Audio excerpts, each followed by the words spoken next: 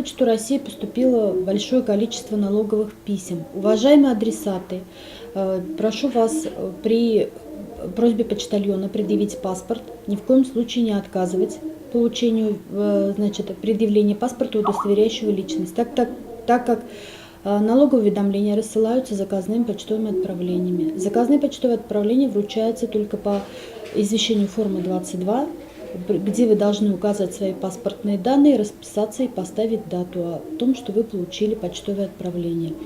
Налоговых писем очень много. Большой объем сейчас у нас предстоит почтальонам.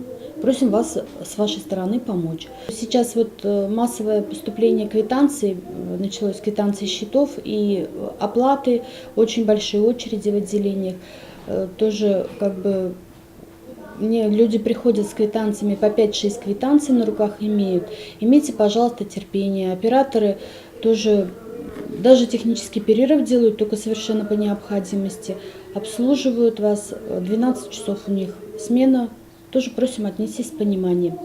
Очень много вопросов у клиентов возникает по капремонту, по БРСК.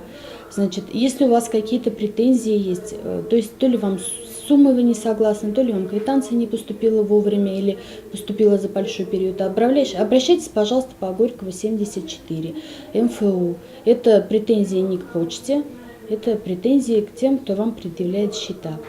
Также квитанции за воду. Частный сектор разносят наши почтальоны и за газ, соответственно. А за воду многоэтажные дома доставляет сам водоканал. Поэтому претензии, если к вам не поступили квитанции, обращайтесь, пожалуйста, по адресу.